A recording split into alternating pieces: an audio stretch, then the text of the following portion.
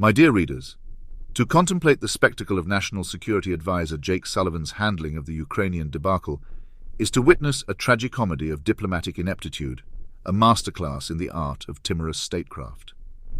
One could be forgiven for mistaking Jackie for a protagonist in a Kafkaesque narrative where the absurd becomes the norm and decisiveness is lost in a labyrinth of bureaucratic indecision. Between the lines of Sullivan's approach, one can almost hear the restless spirits of Chamberlain and Churchill both writhing in their ethereal realms.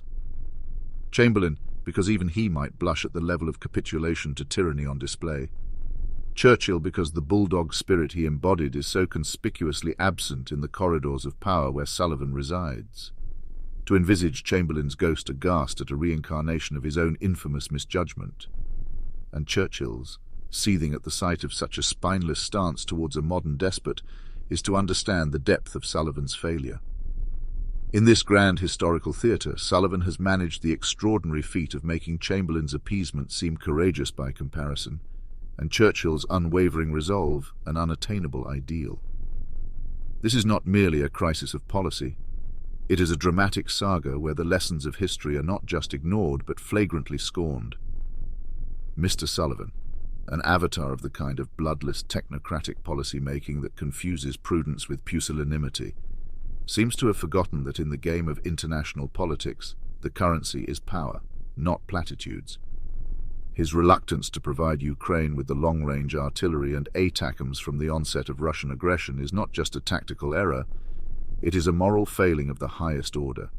In the Sullivan doctrine, one discerns a kind of strategic myopia, a failure to recognize that the act of standing idly by while a sovereign nation is eviscerated is not neutrality, but complicity. His approach to the crisis smacks of a man who would have been more at home in the salons of Europe circa 1938, wringing his hands while dictators carved up continents. It's not merely that Sullivan's actions, or rather inactions, betray a lack of fortitude, they reveal a profound misunderstanding of the nature of tyrants like Putin. Such men are not dissuaded by half-hearted sanctions or diplomatic démarches. They are deterred by strength, by the unambiguous message that their imperial ambitions will be met with force, not feckless condemnation. The irony, of course, is that in his quest to avoid escalation, Sullivan has achieved precisely the opposite. Each day that Ukraine is denied the means to defend itself adequately, the conflict is prolonged and the eventual reckoning delayed. It is the kind of short-sightedness that transforms crises into quagmires and skirmishes into protracted wars. In the end, one is left to ponder what could have been had Sullivan approached the Ukrainian crisis with the resolve it deserved.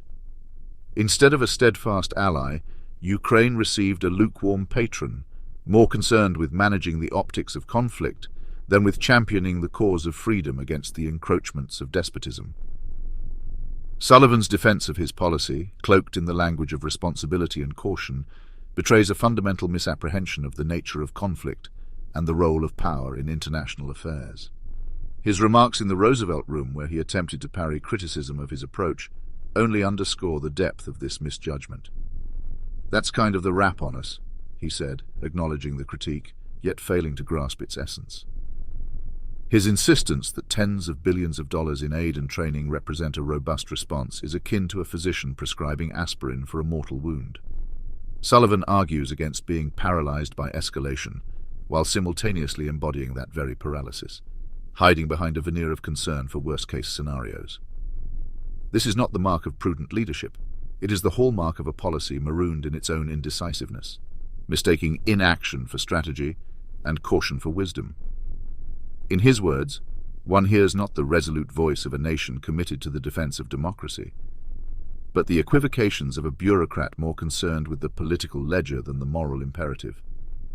One can only hope that history will remember the lessons of Sullivan's failure, though one suspects it will be a footnote, a cautionary tale of how not to conduct foreign policy in an era where the stakes could not be higher. The tragedy, of course, is that for the people of Ukraine, these are not the musings of historians, but the brutal realities of war played out in the theatre of the real.